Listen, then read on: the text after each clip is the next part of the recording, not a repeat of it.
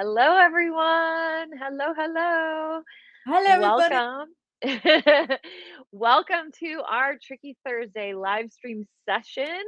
My name is Tricia, owner of almost said Pattern Cutting School, Yes, Creative Costume we Academy. got That's news. Charlotta. Tricia's taking over.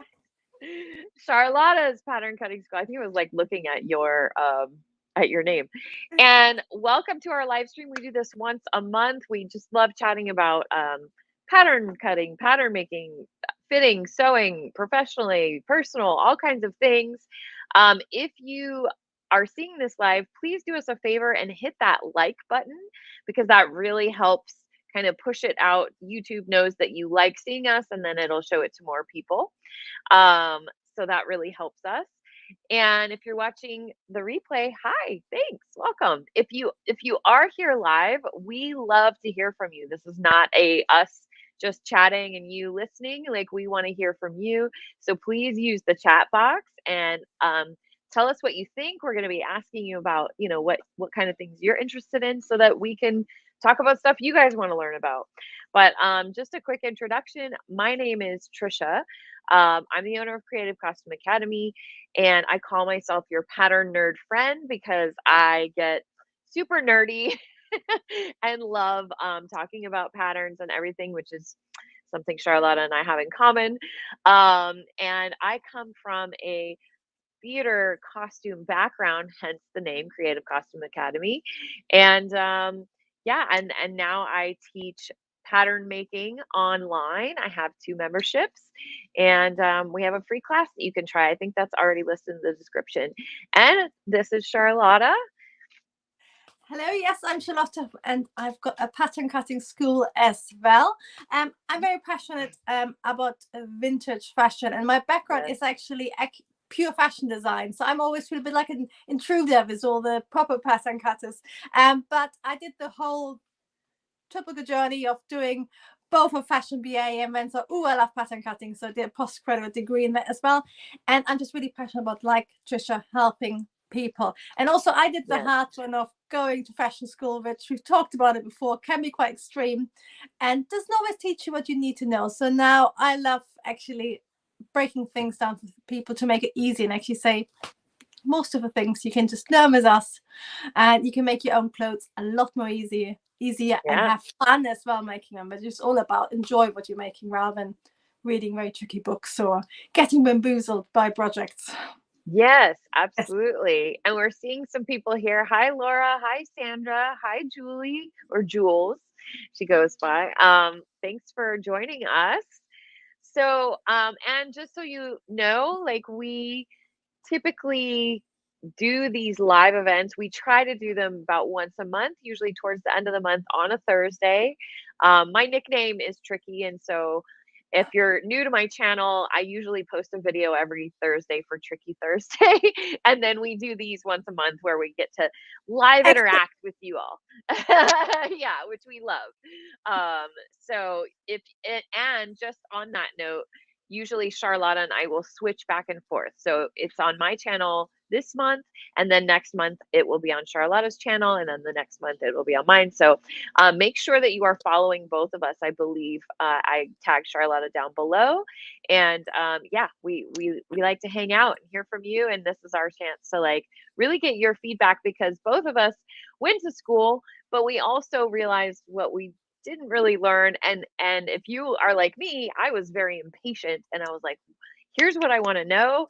I went to school and I didn't even finish getting the degree because I was like, I want to learn this and this, and then I'm going to go and run with it. And so that's kind of how both of us teach, where we're like, what do you want to learn? And then we will help you find that and have fun doing it and encourage you along the way. Hi, Carrie. We will get a lot of knowledge today. Oh, that's sweet. Thank you. Yeah, I was just thinking, 'cause I had I put a real Instagram a while ago about how you can move your darts, without actually cutting into it, how you can just move your pattern on the Mm, paper. And people say, oh, I did 3 years at fashion school and I didn't learn anything of it. But I think that is sort of quite weird because fashion school is very specific. So if you actually yeah. want to make clothes, it's not for you. And it was a bit of a disappointment disappointment when I It started. is. That's true. So I think this is actually like great for everybody who just wants to make their own clothes and doesn't want to do that very specific career path and just wants to enjoy, maybe have a business as well. I think, what you need to And do a I business think is enjoy. also the main thing to point out here that I think a lot of people don't understand if it's new to you, if you're looking into this, is fashion design and a lot of industries that teach fashion design, they focus on the design part, learning trends, how to sketch and things like that. Not that those aren't valuable or important, but if you are wanting to learn the construction part, the how to figure out like, and that's kind of one of my things that I'm really passionate about is sharing the love of pattern making, the superpower as I call it, like that really gets, it's not really acknowledged very often. Once you understand pattern making, not only can you make any design that's put in front of you, whether you design it or somebody else designs it, but you can also know a lot more about fitting. It correlates to fitting, and that's really the important bridge that I think people hear the word pattern making, they're like, pattern making, that's hard and complicated and rigid, and I have to do all these things. I have to draft a sloper and, things like that that have been kind of hammered into us as this belief, and it's like this scary thing, and we're here to say no, it's not. It's fun and it's cool and it's awesome and it's powerful. And if fitting is something that you struggle with, honestly, learning about pattern making and making fitting adjustments is technically making pattern adjustments. Like you're already doing that, so you're altering your pattern. So we just want to eliminate that fear and show you, little easier techniques or ways to even just approach it or think about it. So I kind of got away from my original thing, but speaking on fitting, a lot of fashion, not to say that fashion schools or fashion industries aren't great. Some of them can be good, but they don't really focus on making clothes fit a real body, a real person. Fitting is, if offered at all in the program, it's usually a very small part where it's, when you're learning fitting, it takes a long time to train your eye what you're looking for, to learn what to do. So if that is your focus, to want to learn how to make clothes fit real people, real bodies, like, and that is your main objective, then honestly, fashion school would not really tell you or give you what you want to learn. So that is something that I think is really important to always know. And why I'm always a big advocate for learning pattern making, because if that's the name of the game, it's like that is the bridge. That is the key. The key is pattern making and learning about that. Yeah, and I think it's also something everybody can do, because quite often if you see it in films Absolutely. or something, it's a tailor who's trained for 30 years, or Right. documentaries about Chanel and everybody's invited and they've been doing it for Yeah. their whole life. But we all can do it. It might just, as you said, like if you buy clothes and they don't fit and you change it, that's pattern cutting as such. Yes. You might call it alteration or whatever. It is actually pattern cutting because you're amending your pattern. It just happens to be in fabric. Yep. And I think the more we break down these barriers, the more you all and all us, we can actually make clothes which fit, which we enjoy wearing, and you start spotting it in other people as well, which I love. And you sort of that spread always out happens. on how to get clothes.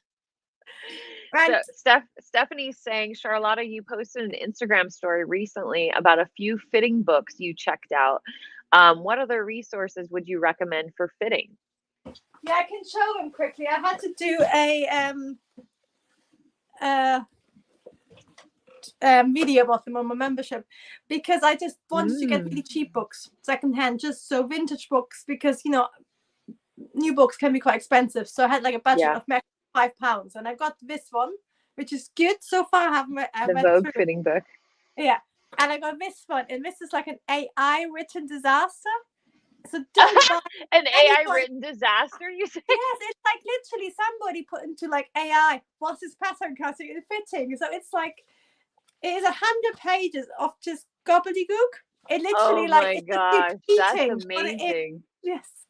So it was a complete disaster, but it made me laugh because I just thought that's what happens if you buy something for £2. and it sort of looked, it didn't look. Sometimes you can see books about, but this sort of looked Yeah. maybe something interesting in it, but no. Yes, Interesting. and I think Wow. so it's always a bit of a risk. But I think Stephanie, a really good fitting book is a modern one, because I want to look at the vintage, because that's different fitting than modern. Have you I got will share with you, Stephanie, my favorite fitting book. This is brand new book, The Fitting Book by Gina Renee. She has a big YouTube following here as well. You can get her books at Amazon. This is obviously, I use it all the time. It's got some really great resources in there. Where is it?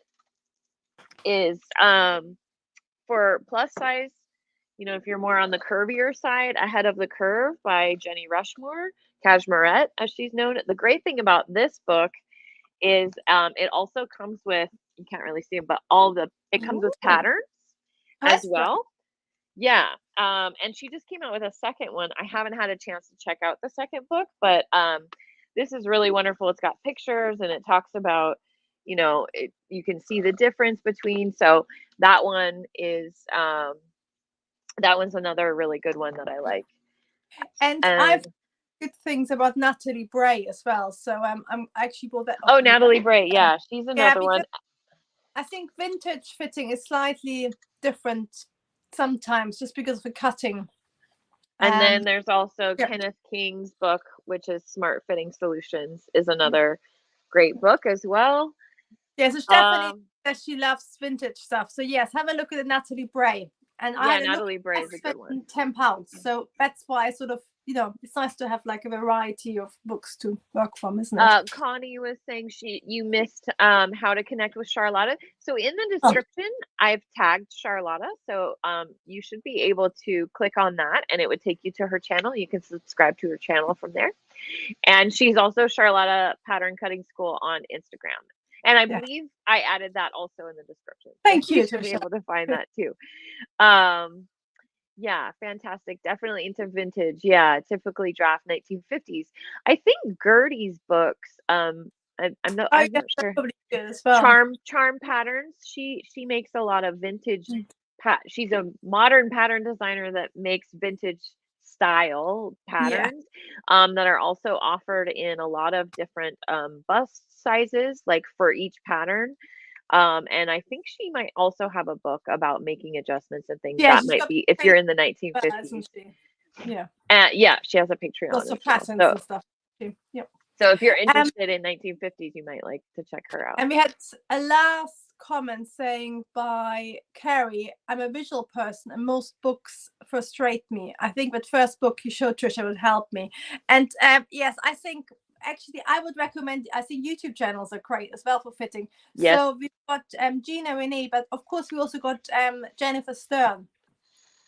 Jennifer Stern, yes. Jennifer Stern is also, she does her Fab Fit Friday, which actually next Friday I will be on her Fab Fit Friday. But she has some great fitting tutorials, and she does a fitting thing every Friday. The great thing about Gina Renee's book is that, not only does it have great illustration, but every description has a QR code and it will take you to a video explanation of her doing these adjustments. So that's another really great thing about this book. If you're a visual learner, I'll show that again so you can see that better. But oh yeah, we love books. Great question. Whoever. Yeah, we didn't just get completely sidetracked from our yeah, we can talk about good books all day. Will that be put in the chat? Gina. Oh, it's Gina Renee. I can put it in there. Put it in, or do you want to put it in? I can put it in. Okay, thank you. Yeah. Do we want to talk about plans for this year? Yeah. So what we thought is January. It might be nice just to join all together and share our plans for this year. So it might be professional, but we're also going to share personal making plans, and we would love to know what you're planning on making, pattern cutting, sewing today, this year, whether you maybe for yourself, other people, for big events, casual clothes, whatever you're going to plan for this year. Yeah. What are your plans? I know there's some people on Instagram too doing I think it's Rochelle's YouTube channel, they are doing is encouraging everyone. They do a make 9. So it's like Oh, yes. an Instagram post with 9 different things that you want to make, like a commitment, a goals Yeah. for the year. And so she's been encouraging people to do that. So if you have that, like we want to hear, what are your goals on the horizon, and we'll share ours as well. Yes, that'd be great to hear. Do you want to start, Tricia, just with your sort of general plan? Yeah, we've got lots going on over here. Yes. And for those of you who don't know, so I do come from a background of making costumes. That's been my main career, my main business. I've had my own business for 14 years, and in building costumes for big theatrical productions. So we build costumes for Blue Man Group and Disney and Broadway shows. We just made some stuff for Jersey Boys in Vegas to open up again. So we still do that. I mostly it's my girls, my stitchers here working who do a lot of the building, but I still get to see it come together and get to play sometimes. So we have been very busy since the beginning of the year. Like I said, we made some things for Jersey Boys, which is opening in Las Vegas soon. I think next in 2 weeks, maybe a week and a half. We've got this crazy project that is a last minute thing that is going into Myrtle Beach. There's some really outrageous 3D, very structured dancer costumes. So those have been really fun, which is just fun to figure out. And then we have some pants we're making for Charlotte Ballet. So all of this is due like next month. And then we're making some Elsa costumes for Tuacahn in Utah for Frozen. Oh, Which yeah. So we're gonna do that. So that's on the professional side. On the personal side, I have been working on a vest for a very long time, or waistcoat, I should say, for my UK friends.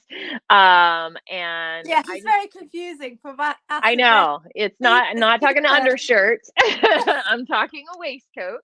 Um, so I don't know why I've been so inspired by kind of menswear in a way. So I'm almost finished with that. If I wasn't so busy with everything else, I would have finished it. And Christmas, I made a lot of Christmas presents, so I had to stop for a little bit. But that I'm hoping to finish this weekend, and then I have a matching pair of pants. So I use this wool that I bought. It's a really nice plaid wool. I don't have anything close to me to show you, but you'll see it soon. I'll be, of course, sharing it and wearing it all the time. But I'm making a matching pair of pants. But I'm adding like a lot of metal elements. Like I'm gonna do some straps with some dog clips that connect to the zippers. Like there's gonna be extra zippers. Very kind of Vivian Westwood esque, little punk rock a little Yeah, bit. thank goodness. Yes. Yeah. So I have a pair of pants that have like lots of zippers on them. They're my favorite jeans that I ever wear. So I'm making kind of a similar version of that out of wool.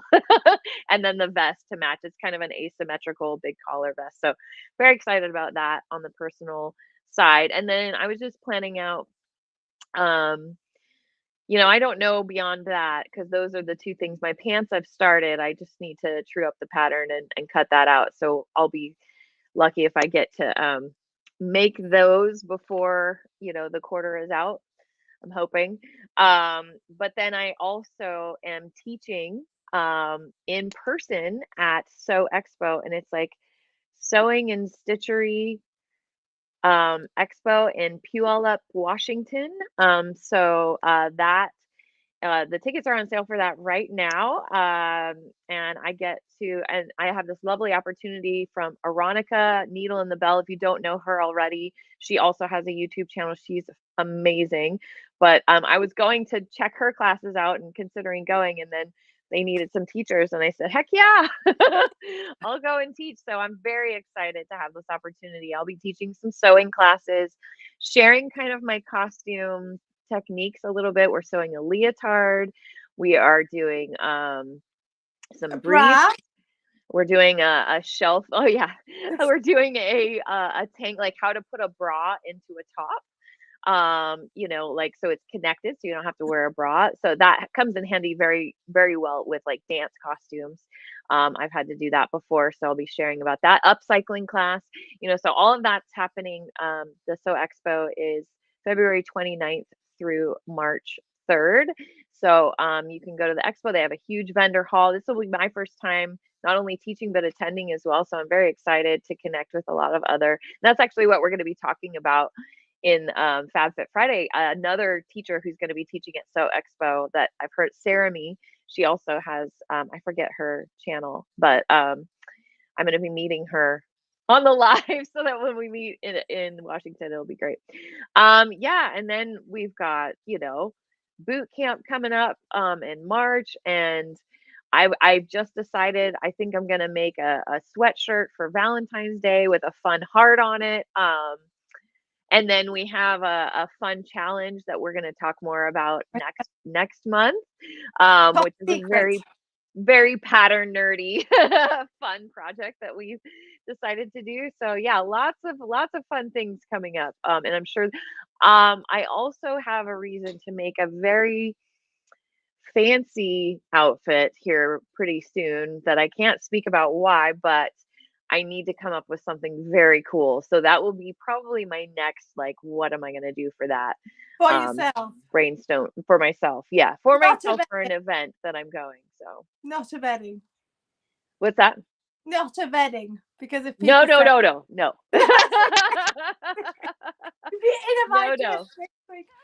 So no, that sounds great. No. You'll hear more about that. Different kind of fancy. Yes, different kind of fancy. Kind of, yeah, I have to really think about it. I think I can be really creative, but it's gotta be a little bit fancy. So yeah, I gotta brainstorm on that a little bit.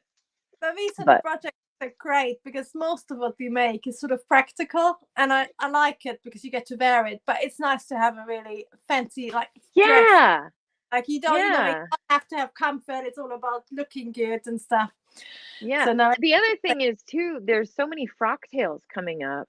And I unfortunately, because so much is going on, I don't think I can go to too many of them, but I may be considering going to the Atlanta frock tails, which is a secret garden theme. So I might have to make something for that. So I don't know. We'll see. I think we got a few of those in the UK, but you are very lucky in the US because it seems to be there's so many. There's a lot. But it's kind of hard. Yeah, but it's also like for us, like for people who make clothes, there's so few opportunities, isn't it, to meet people? It's sort of a secret society, so it's nice to have more. I love that. It's like you guys are like a secret society, like your own. I think you should do something like that. Yeah. Sandra's saying, I'm hoping to make a prom dress at the end of primary school. Ooh, for my daughter.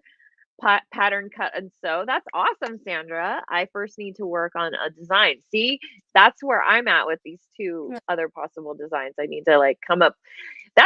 For me, that's the hardest part. Like if I know, that's why I like being the pattern maker for like other designers, because I'm like, yeah, tell me what you want. That's the fun part. I can figure that out. But like coming up with the idea of what I want sometimes is really hard for me.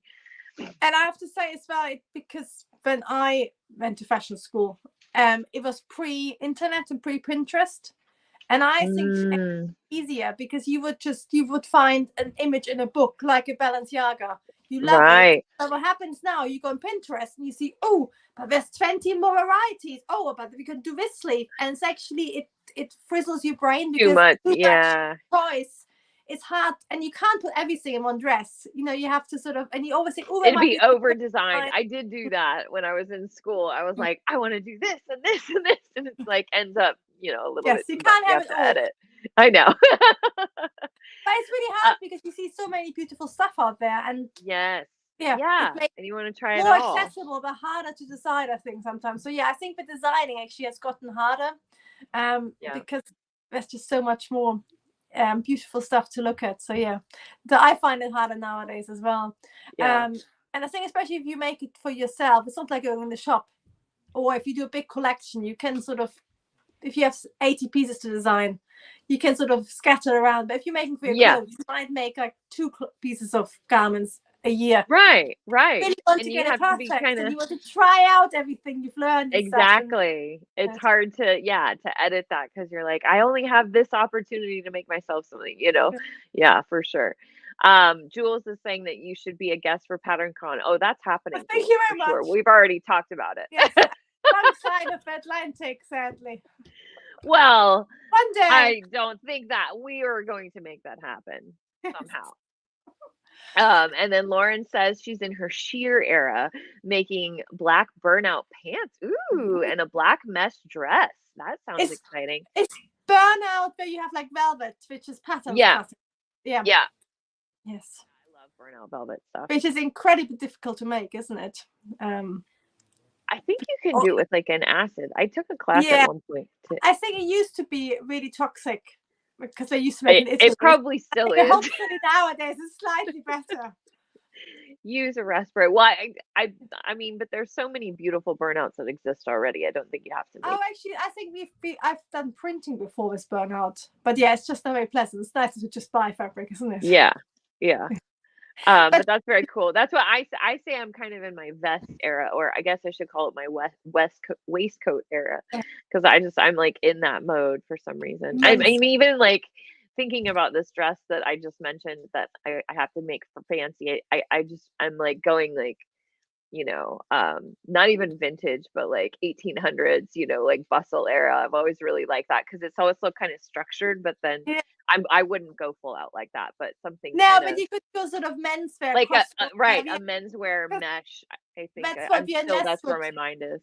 Does it beautifully because he has lots of historical elements, but then the garments are really modern and really new, and they feel sort of edgy, isn't it? Vivienne Westwood.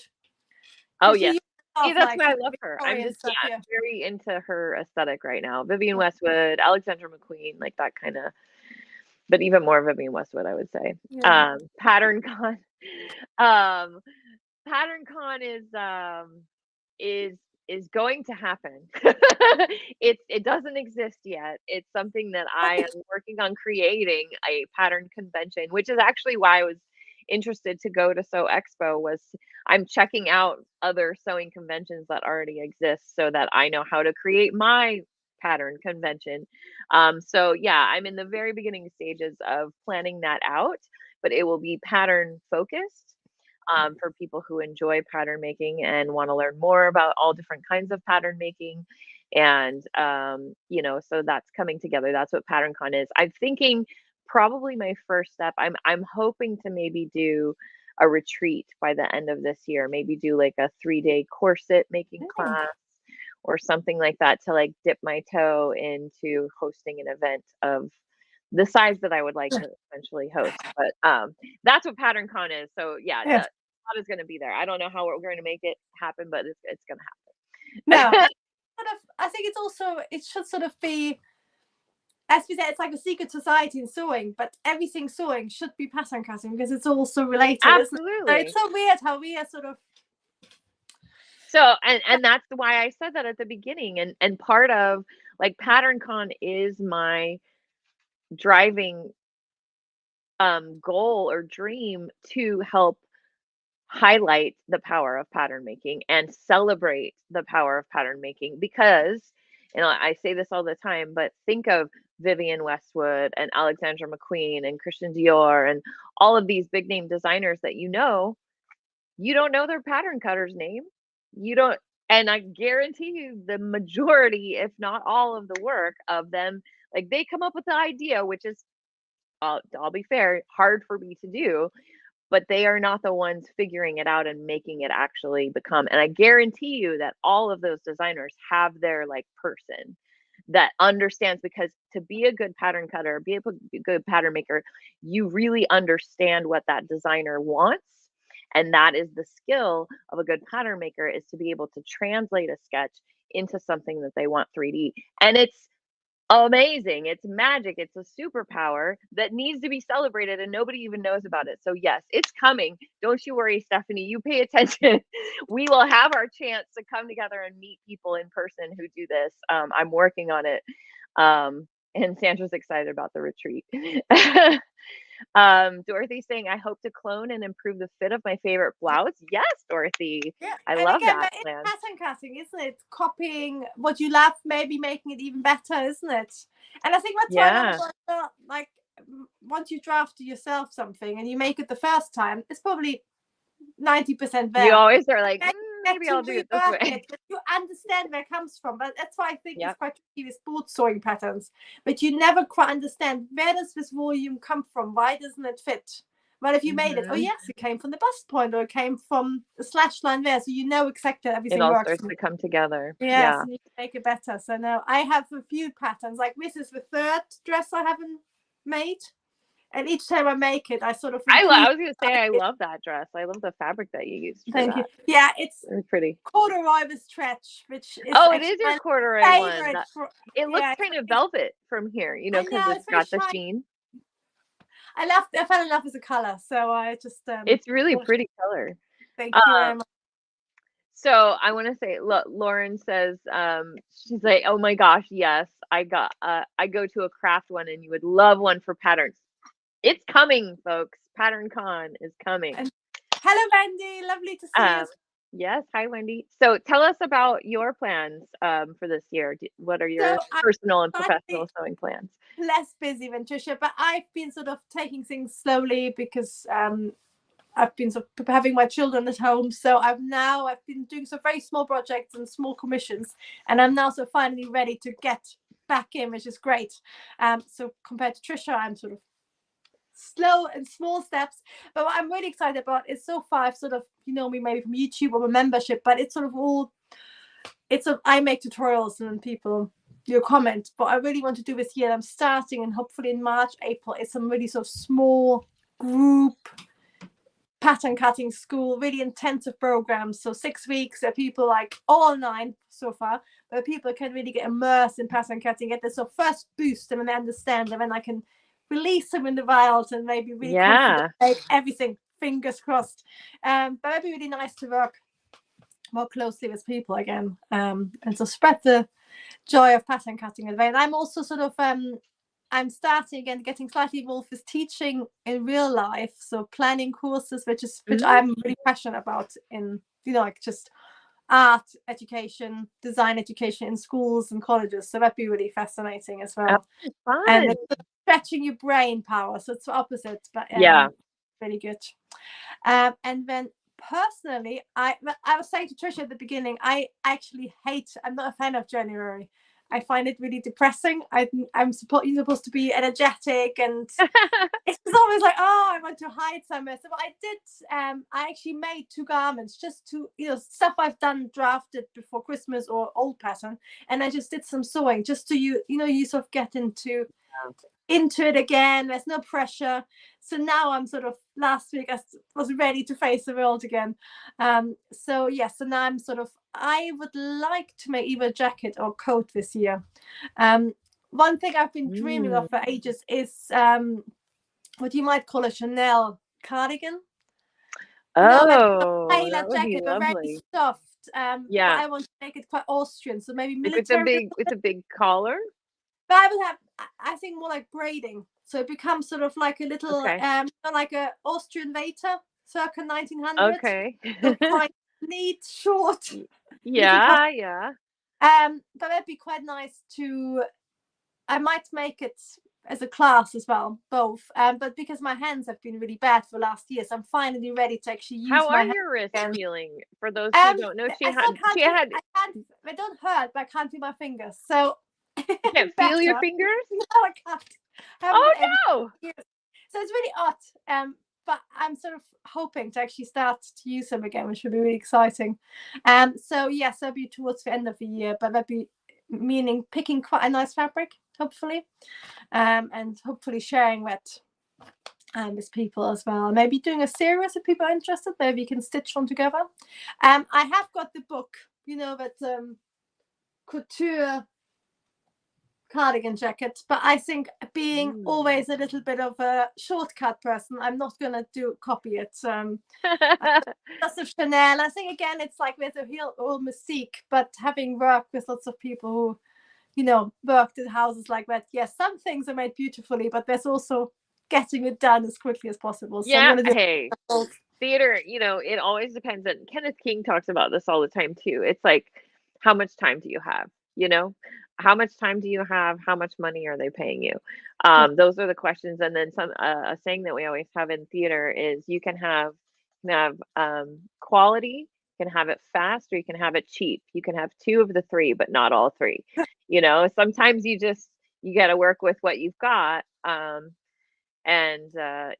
and that dictates how you make things. But I think also that's how you find like sort of shortcuts which work, which For might not sure. be a reduction. You actually get to know work out what's actually really efficient and beautiful, isn't it? Yeah. Yeah. And I think you only learn it through making lots of stuff and making mistakes. And I was thinking, oh, that's actually not a For mistake. sure. That's right. Yeah, right. Ooh, it works this way. Yeah. Yes. Or you make a mistake and you're like, oh, how do I fix it? And you have to Yes. fix it in a certain way. That happens all the time. We call that mistake into design. Um, but yeah, that sounds fabulous. And Wendy's sounds really excited to follow along in your Chanel cardigan Yes. jacket. So bring it on, she says. And of course, Definitely wants to see the that. lovely thing is that being in the UK, you've got all the mills which make the fabric. So it's sort of a good excuse to sort of do Yeah, and I some love fabric. that story you shared one time about having all of those like cut off silks from making Ties, yes. samples and ties. Yeah, so you had all those beautiful silks available to you. That's nice. Yeah. I Yes. have a bunch of spandex usually left over that I'm like, I don't want anything out of that. Glitter and spandex. Hologram spandex. I'm like, I don't know if I'm gonna wear that But in I my think it's like, everyday life. I think what's also I want to do this year is actually either use my fabrics or donate them, because I'm like you start, from different job stuff, projects, you start Yeah. collecting so many fabrics and think, oh yeah, I love it, but I'm never gonna wear. Yeah. Wear Yeah, it. it's true. It's Yeah. hard. It's hard to let go. My thing is because we still are making, like, for this project we're working on now, I have dug into my leftover stuff and I'm like, what do we have left over? And that's what happens with costumes is I never know what people are going to ask me to make. So I never know of the things that I have. It's like what's going to be useful down the line. It could be years later, where I'm like, oh yeah, I have this stuff I used Yeah. once. And I think that's one of the biggest sort of issues in making. You have to have stock or your archive available. Yes. One of the companies we worked with, we had a whole warehouse just of all the patterns from the last 30 years. Mm-hmm. But it was actually rails, and realistically, we actually just, we remade Use it from a garment, something. use them. What But I'll tell you what one I day, do. Yeah. we need to use them. One day you'll use it. Yes. And I think that for me comes from when you work in theater, when you work in live entertainment, you usually start, I started working for an old civic, a smaller civic light opera that doesn't even exist anymore, like a little playhouse in Long Beach, which actually does still exist, and you don't have a lot of budget. So it's what do we have? What can we find that we can use? So you come from that kind of resourceful mentality. So if it's ever gonna be possible that I could use this for something, I can't get rid of it. So that's a really hard mindset for me to get out of. And it's saved me a lot of times. And at this point, 14 years in, I've quite a big stock of random stuff that you never know that and it has come in handy. I'm like, I have that. I have something that'll work for that. So it's a big give and take. And one thing I'll say about patterns in that same regard, where you said that you just had so many that it would be hard to even find the one that you would. So No, it was organized. But was it organized? Oh, that's good. So the way I organize, I don't hang a lot of my patterns unless it's something that we make over and over and over again. I don't put it onto like thicker paper. So it's really the soft paper, the blue dot alphanumeric isn't great when you hang it because it tears really easily. So how I usually file mine is in notebooks. So, and put them into sleeves, and all of those are categorized by shows or what I made those patterns for. So, but I'm the only one who would know. I'd be like, oh yeah, I made, a cat suit for that show. I wonder what size she was, and I'll go and I'll use, we'll pull out those patterns and kind of use those as reference a lot of times.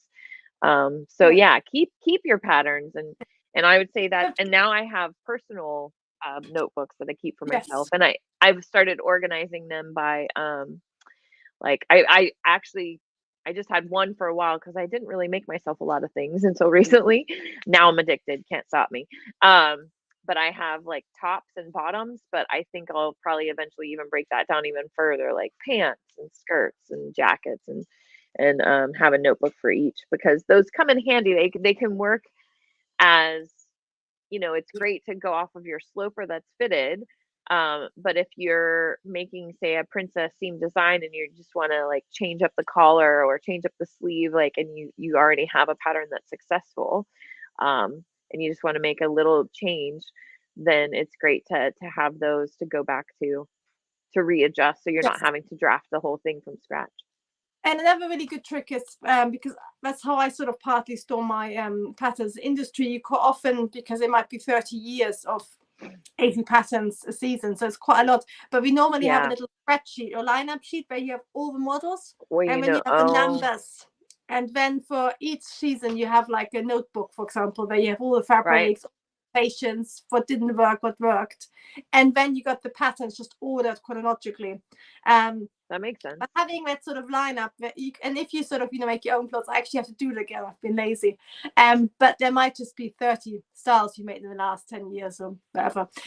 So when you can have it line up, and then you can have it maybe at the front of a notebook, and then have a sheet there available. And as long as you have the numbers, it's really good to Another thing that I find helpful is putting a swatch of the fabric with your pattern. for example, and suppliers. So that's something we always have, Yes. all the suppliers, because most things you can clone or copy, but if that button came from a really obscure place or eBay, or your fabric, you try to, that's actually the most important information, isn't it? Probably. Yeah. Well, and especially when doing stretch things, like the amount of stretch that something has, or if we're doing something wacky, especially with costumes, like I've had to make pinstripes on spandex, and with my serger, it's like, how did I do that? Of course it takes a couple times to like R&D things sometimes.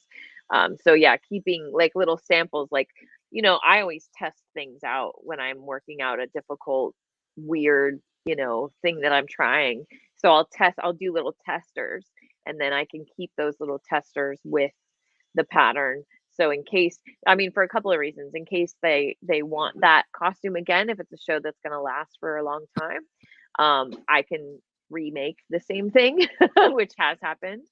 Or if I want to use that kind of detailing or technique on a different costume and go, oh yeah, I've done this before. How did I do that again? What resources did I use? And if I was really good, I would make notes. But I'm proud of myself for at least keeping those couple of things. But I think most of us are so visual. If you are a pattern maker in a store, most of us are quite visual. So quite often having a sample, your brain sort of work out how it's made. But if you did it on you serger, you might think, okay, that doesn't make a lot of sense. So actually, I agree with you saying like anything visual is really helpful. How do you guys? I'm curious. How so? Do you keep your patterns that you've drafted in a notebook? How do you keep yours? And I'm curious for people who are here joining us, like how do you keep your patterns? It's kind of interesting that even other patterns, like I know in the sewing space on Instagram and stuff, everybody has a different way that they keep track of their patterns and their fabric. And one thing I do as well is that because I make clothes for myself, and then anything professional is sort of separate, but I also make children's clothes. And that's really good if you put the ages. So for women's wear, I have a W and then 4 numbers. And then for children's one, I've got C for child, and then I got the age at the beginning. So then straight away, again, it's sort of organized. That's a great idea. Work it out. And you could do it with commercial patterns as well, isn't it? Where you actually organize it into subsets, as you said, whether it's garments or whether that's people you're working for and stuff. we're about to, because we just got a big pattern donation from, not just, months ago, we got a pattern donation from a friend of Is mine. that the one you filmed? There was a whole, Yeah. that was I've amazing. also got like a couple of boas and from that. So, like I said, random stuff. I might need it one day, Charlotta. But I keep, commercial patterns because I do the same thing. I'll use them as inspiration, or we use them as starting points for costumes. Anything, like you said, anything that I can cut some time out of achieving the end thing that I'm trying to achieve, we're going to use. But where I've been keeping my patterns for the last, 10 years is not going to fit all of those that we just got. And it really could be more organized. So it's actually sitting over there. We haven't had time because we've been so busy. I got a big filing cabinet, like a legal filing cabinet that we're going to start putting our patterns in when we're not so busy. Yeah. Yeah, and I think I'm just reading the chat, and lots of people have envelopes and stuff, haven't they? Envelopes, yeah. Okay, let me see. I started. Oh yeah, wow, lots of you guys. Thanks for sharing. Stephanie said, I have patterns in 8.5 by 11 envelopes and in a bin like that. The only thing I don't like about the envelope thing is that you can't see it. I don't know why I want to see it. Okay.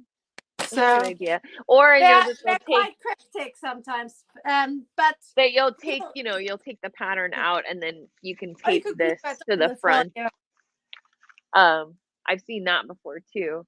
Yes. But I'm still starting out drafting, so I don't have too many to be overwhelmed with. Yeah. I've started to do like you, Tricia, but I don't have that many yet. That's okay. They add up fast. You still have, I also when I was in school and we did all the little samples, like what my students do, when they're learning the foundations and stuff, the little half scales, I still have those. They're not organized and easy to find because I'm making new ones all the time now, but I still have those. I kept those from when I was really in school. I recently finally threw away the portfolio which got me to St. Martin's. 20 years, actually over 20 years ago. You just think, and most of it was like when you think, oh, it was like awful, but it's like quite hard to let it go. It is. Samples, I think, are always anything where you've learned a skill is really helpful. And at some point, you will just sort of think, oh, I've got that. I can do this. You can let it go. I could probably let those go now. And then I'm looking. I have a bin of mock-up stuff, of like weird mock-up stuff that I keep my mock-up sometimes of weird costume things, again for the same reason, like how did I do that. And then let's see. And actually that's a good idea as well, if you, for example, if you've worn something to death, or if there's something which is not good anymore or went wrong, if there's something which is good, cut that out and keep it. And I do it with buttonholes and pocket details. And we used to do it at my works quite often, where we had lots of, just stuff we liked, and the garment itself might have been, we used to buy quite a lot of vintage stuff, might have been passed. So you can keep it as like something to incorporate into a new design. Yeah, that's an interesting buttonhole or pocket. I love that. All these stuff, so it might not just be stuff you've made, but stuff you've seen, and you don't want to have like we used to have wardrobes. The whole thing, But quite often it's just a little detail, isn't it? A cuff or something. That's a good idea. Yeah, how to like a label, how it's stitched, and all these sort of things we get obsessive about. Candia Queen says that she's so unorganized. I'm a new sewist and I don't keep good pattern habits. The lack there of causes me to have and to remake or dispose of patterns because they are incomplete. Well, I mean, that's why I wanted to talk about it, Candia, because if we can help, that help you organize. Like I always tell my students, and I'll say this, I don't tell you all my shortcuts because you're going to make your own shortcuts. And if I tell you my shortcuts, then you're going to shortcut my shortcuts and things might get lost. But I just buy like a big old pack of these, and any pattern that I make, I stuff it in there. And even if even if I'm lazy, which happens a lot, and I don't like write labels on all of my patterns, like this is the sleeve, cut 2 of this out of this fabric, because sometimes I'm just like, get it done, I know that's a sleeve, right? But Hello, I'll this put is it, up. yeah, this is up, I know this, I'll remember, and then I go back to it, what did I do? But I'll just throw it in there, and like whatever the first one that I see, which is why I think I like the see through, whatever the first one I'll see, I was like, this is whatever I'm calling it, like my party vest for, and a date is really helpful too. But I just keep, and then sometimes these make it into notebooks, and sometimes they're just collected in my desk waiting to go into notebooks. I have a couple of them, but they're not even in the envelope, some of them.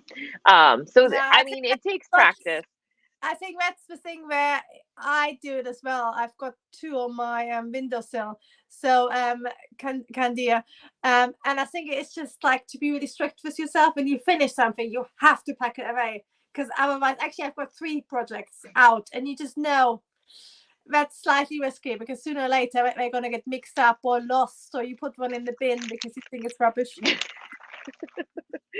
Those are just actually, sitting there I waiting to be put away. Yes, So, what I used to do is I had the one with which close at the top, so I actually get one. Like a Ziploc kind of thing? No, Like a zipper? Interesting. And then Wendy says she keeps her patterns in a large art folder so they're flat yeah, I like and that sorted because into tabs, no the quest for you, tops and Tricia. bottoms, etc. That's interesting. Ooh, I love that. See? So that's the jacket Asymmetrical, I so made. good. So I used Yeah. to do it like that. So that's similar, but it's got the whatever you call it, Oh, yeah.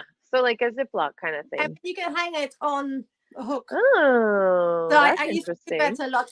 Now that I quite like these because I can just go in a box and they're a little bit sturdier, because these Yeah. sometimes go puffy, don't they?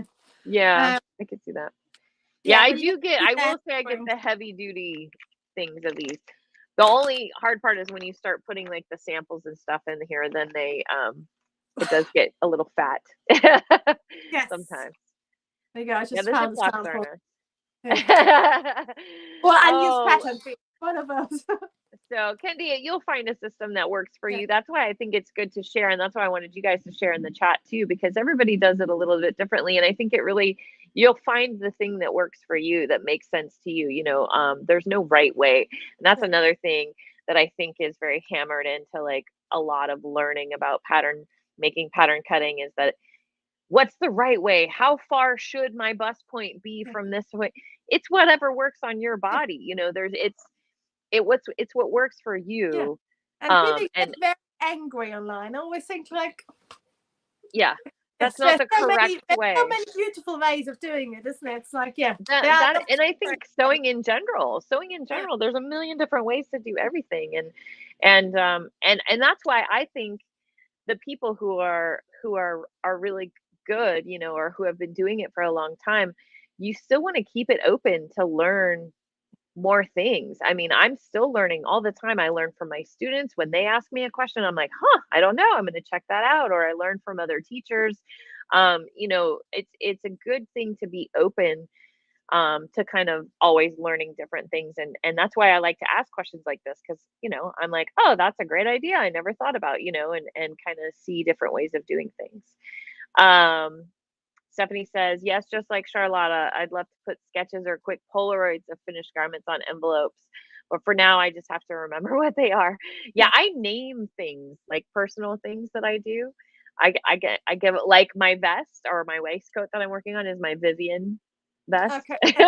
Because I know that that's where like the inspiration Yeah, came from. actually, I think it's due to some clue, because I think our brains are Yeah. quite good. If you've Yeah. done something, you remember it. Yeah. That's the best Especially. way of learning. And It's so like writing something down. stops your memory, isn't it? If you spent time making it and putting it Yeah. together, you're going to remember, Yeah, so it could be the inspiration, it could be, the fabric, whatever, isn't it? Yeah. And No. oh, hi Jen. Jan's here. She says she does clear plastic wallets in a clear plastic bin. See, she's like me. She likes clear stuff. We want to see it. It could be a bit messy for some people, though. I could see that. Named for what kind of pattern it is. Oh, that's a great idea. And then Carrie's saying, it's weird when I put the cursor over it, I can't then read the comment. Yeah, and I'm on my phone, so I have to sort of switch. Yeah. I copy the patterns I frequently use and make a copy of the front of the pattern envelope. Yeah. And then I put think the that's quite original good, away isn't in it? a box and tape a copy of it to the front with a copy. Yeah. And I think especially commercial patterns, that's a really good way, isn't it? Because then you always keep it intact. And see, for me, I usually do, like, I'll do the design, you know, if it's for something in particular, you know, that's where I'm like, oh yeah, I remember that. And then if it's for a customer or client, I always include, what's the back? The measurement sheet if I can, because then if it's like, oh, I wonder if they're close to this person that I'm making the new thing with.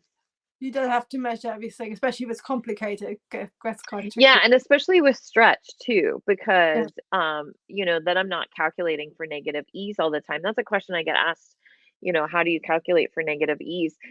I have slopers that I have for unitards and leotards that I used to use a lot when I was doing a lot of circus costumes. And I have those in a, you know, small, medium, large, for male and female. And I would use those as fitting garments. And I would be like, oh, I think you're kind of close to a small. And we would fit them. We have like samples made up of each of those, and we would fit those on the girls. And then that would give me some kind of thing to start with. You know, because even if stretch is a little off, usually it's close, you know, and if you're like, oh, this is not as stretchy as, you know, what I originally made this pattern for, then you can kind of add a little bit more, but it's still gonna work, you know. So it's a little bit more again, but it's like a little bit of leeway, isn't it? Yeah. So yeah, that's a great way. If I have it to compare, I'm like, well, this girl's taller, so I should probably lengthen it, you know, and then if I can, or any opportunity, then I would do a fitting if able to. Talking of old patterns, one thing I want to do is about 2 years ago, I was given a box from the 1940s with lots of cardboard pattern, but without any instructions, and there's just a few images. So I kept just 3 of those. There might be pattern pieces missing. There's a few notches. Yeah. I want to actually puzzle these out because they're quite fascinating. I'm going to show you one. Yeah, I want to see. So it's funny you say that, because, you know, like the old home sewing journals and stuff, they used to have patterns. Ooh, look how cool. Jules, do you see this? That's an image. That's quite beautiful. Yes. But it's just cardboard, and it has some notches. I'm hoping I can figure it out. But I wanted to show you one which is spectacular, but has no images.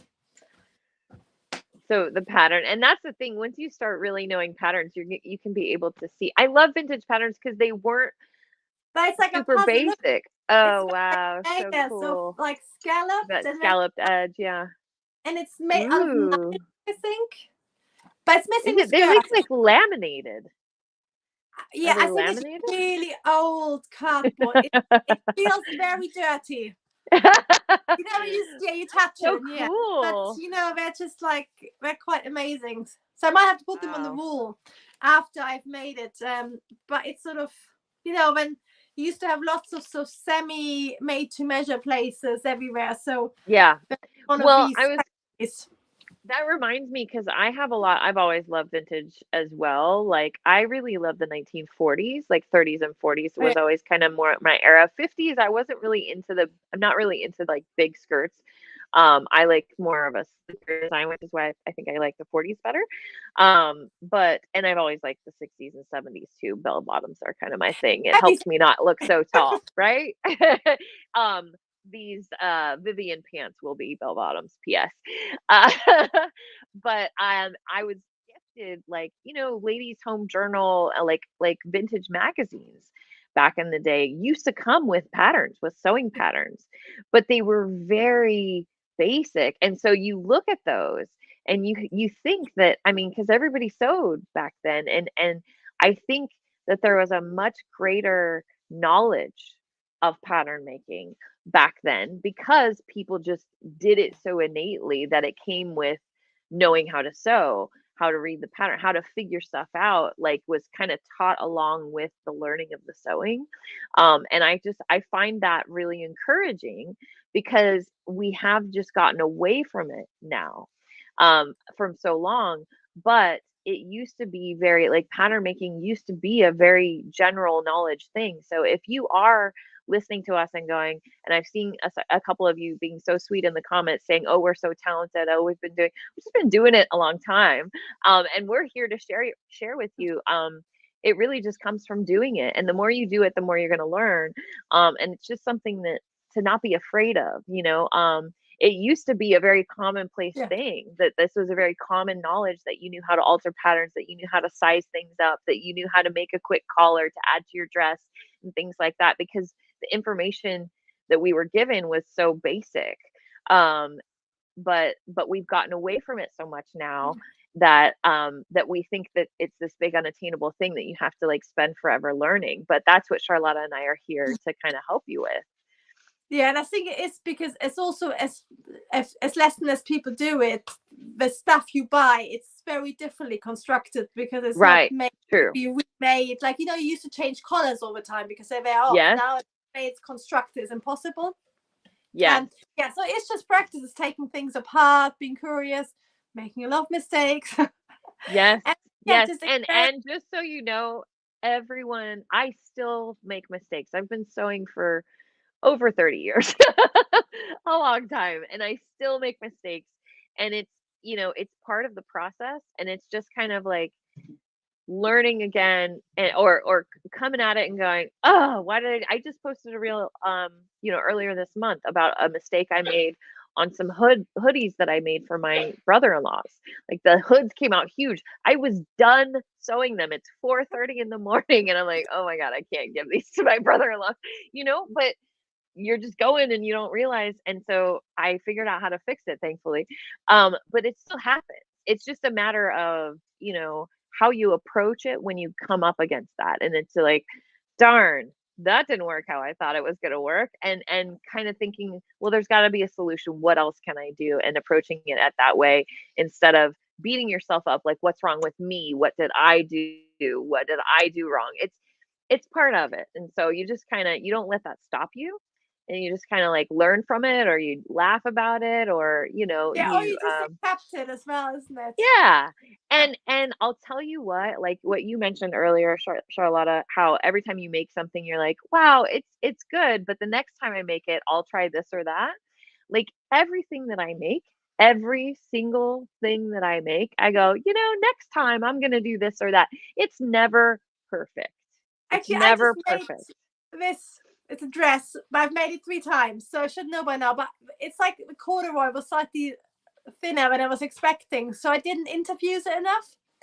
And when I ironed it, it looked all wrinkly and awful. So I put it in the wash. And when it came out of the wash, I ironed it again on the other side and it looks fine. So, you know, I just, oh, I need to unpick that collars, you know, like where always you have to concentrate. Collars are not fun. And yeah, I can add an extra layer of interfusing, but I no, I washed it first. I ironed it on the you'll other see what side. happens. It might be fine. Iron But can that's a trick. save a lot Like of if you mistakes. iron things, you wash it and you iron it on the right, you can get rid of wrinkles because the wrinkles are always on the side you iron. So yeah. Yeah, irons can honestly help you a lot of times. So I just wanted to mention that because I hear this from my students a lot, that them beating themselves up, and it's just, it's part of it. It's just part of it, and it's okay. And honestly, I kind of I kind of love my little flaws, because you're like, it's like this secret that you know that proves that you made it. I don't Yeah. know what it is, but I'm like, The I more I know that make, this was like this, you yeah, know? but like sometimes you're like a slightly badly stitched, you know, you think, oh yeah, look at every time you put it on, look inside and say, yeah, I made it. It wasn't perfect, but it's quite human.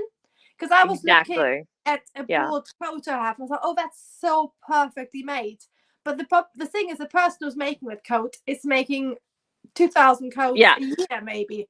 So then Yeah. it's stitching and stitching. So of course every line is perfect. But like each garment has like part of your story. It might be where you've been tired, or you know, suddenly your thread skipped, but that's part of you, isn't it? It makes it actually more special that it's made by a person who yourself, and Yeah. can And appreciate. I always share this, and then we probably should go because we've been here for, Yes. we could talk all day. This is why, got to come back next month. Go to Charlotta's channel, figure us out, because we could just, this is just how it is. We just love talking about all this stuff. But I say this all the time, and always surprises people. I could not. I was sewing. I've been sewing since I was 7 years old. I didn't go to school for it until I was like 20, 19, 20. I could not sew a straight line until I went to school. And I had been sewing for that long. I mean, it'd be mostly straight and then it'd get kind of wiggly. You know why it eventually got to be straight and I was good at sewing straight was because I was sewing a lot when I was in school. I would just have to sew all the time. And then it's a muscle memory thing. And sometimes people, it goes really easy. It's like driving. You're not really watching the needle, you're not watching like right in front of your car. You're kind of like watching ahead, and it's learning. It's like that brain muscle memory thing that has to come. So, it's just really important to be easy with yourself. You're learning. Mistakes are part of it. They still happen no matter how long you've been sewing, no matter how many things you learn. Keep your mind open to learning new things and just enjoy the process. Yes, And then Dorothy's asking where those cardboard patterns came from, and then we should probably basically close from it a out. dressmaker. Where I lived, we used to have about 10 big factories making everything from shoes to made-to-measure suits, and there was lots of big cottage industry. It's all gone. It's really depressing. Oh, so And sad. Yeah. that's they have left over from that. So it's a local one. Some of them they're like for Bond Street, so for London.